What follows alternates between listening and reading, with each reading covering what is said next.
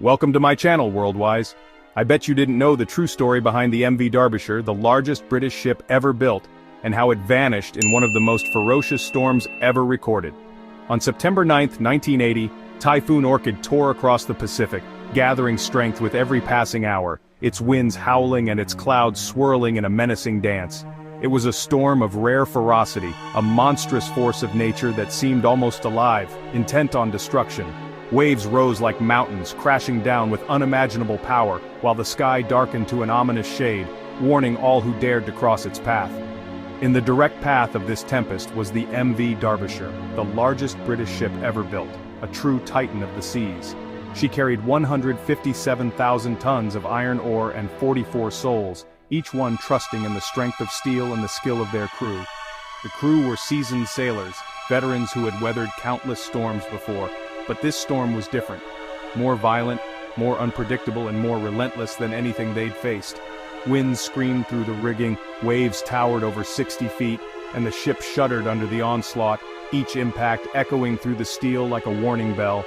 The Derbyshire was engineered to survive the worst the ocean could offer, but Typhoon Orchid was relentless, testing every weld, every rivet, every ounce of human resolve. Inside, the crew fought to keep control, securing equipment, checking instruments, steering through chaos, and communicating with tense urgency as the storm raged outside.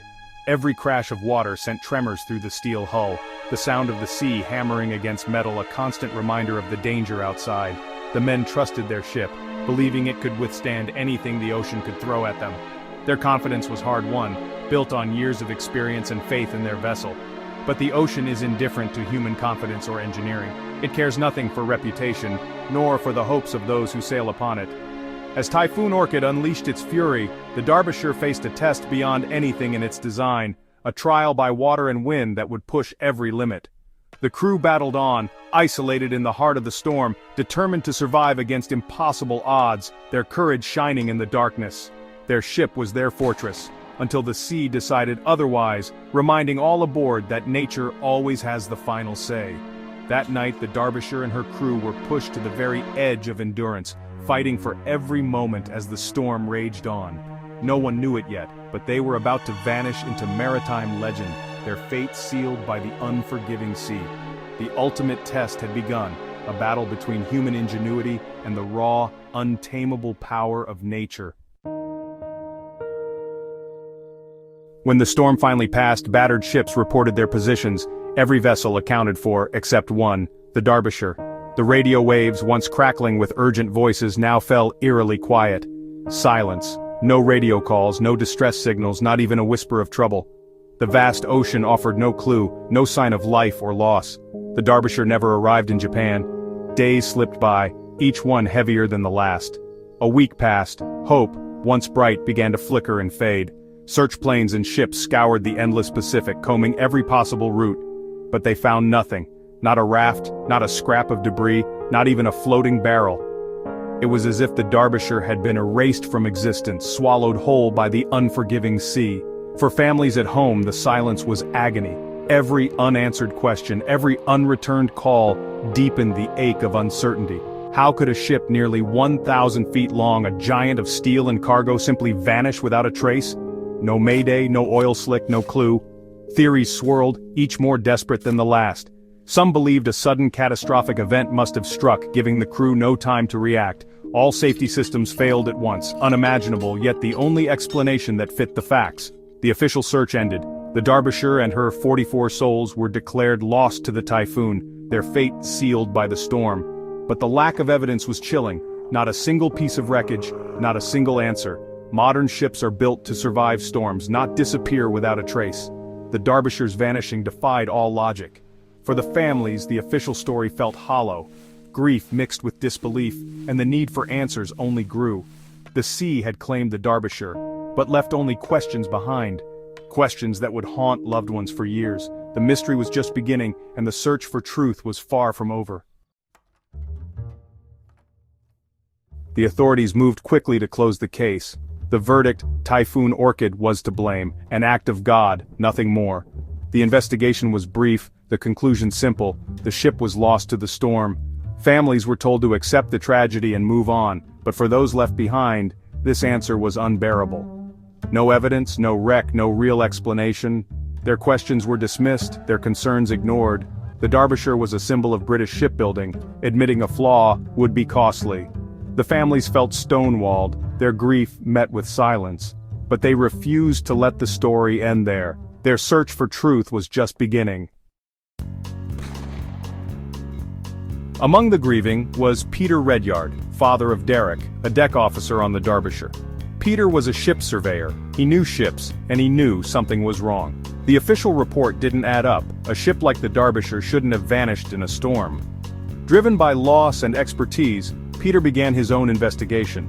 He found troubling reports. Sister ships had suffered structural cracks in the same area. He pored over blueprints, spoke to engineers, and uncovered a pattern of weakness.